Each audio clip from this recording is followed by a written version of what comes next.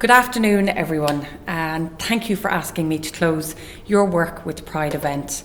I really hope you've had a successful event. I hope you've enjoyed your networking, you're making contacts, but above all, meeting each other.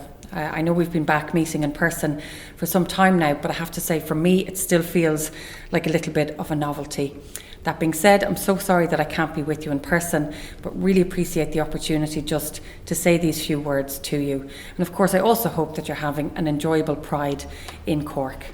Pride is a time when you can rightly celebrate who you are, as well as celebrate the strength of your community. But it's also a time to reflect on the struggles of your community, the gains you've made and the challenges which you undoubtedly still face. Last month, ahead of Dublin Pride, I, with my colleagues, Minister Roderick O'Gorman and Minister James Brown, we met with a number of representatives of the LGBTI+ community. We discussed a lot of different issues, but in particular we discussed the recent high-profile and absolutely appalling attacks on members of the LGBTI+ community. They really have shaken so many people, and unfortunately they've increased a feeling that people should feel unsafe simply because of who they are. That is not the type of society that I want to live in. That is not the type of society that I think most of us want to live in. That is why our new hate crime and our hate speech bill is so important. It will tell victims clearly, if you are a victim of a hate crime, that we are determined to help you. And it will also tell perpetrators that they will be punished for spreading hate, prejudice and sowing division in our communities. The new law will legislate for hate crimes by creating new aggravated forms of certain existing criminal offences, so where these offences are motivated by prejudice against a protected characteristic.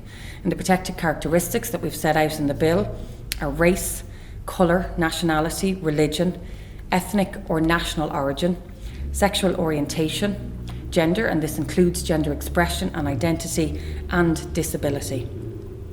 I know how much this means to so many groups and individuals, but I know how much it means that we get this legislation right, that it's an effective law which An Garda Síochána will be able to prosecute and which will allow convictions to be secured in the courts. In other words, that this law has teeth.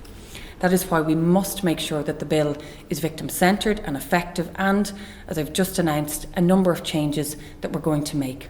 The initial draft bill that I published last year proposed a motivation test. This is to prove a hate crime. And this on its own, unfortunately, what we have seen from other jurisdictions, would make it harder to prosecute and to convict. In effect, you would have to try and get into the mind of the perpetrator at the time that they were committing or conducting the crime.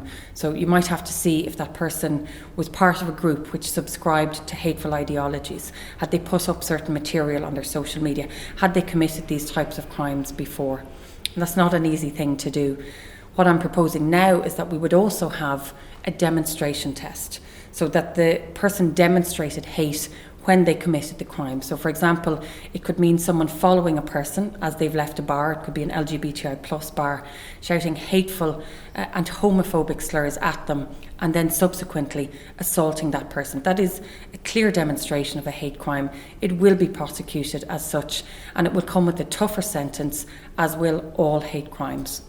And the bill will also strengthen the law around incitement to hatred by proposing much clearer and simpler offences of incitement to hatred than those in the existing legislation, which dates back to 1989, where we unfortunately have only had 50 convictions in recent years, or in all of those years.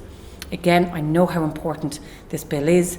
That's why I want it to be right. That's why I want it to have teeth. That's why I want it to be effective. And it is my firm intention that we would have this enacted by the end of the year.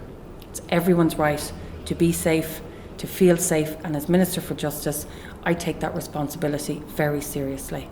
Your community, if I could just say, will always have me as an ally, and indeed we in government will always support you.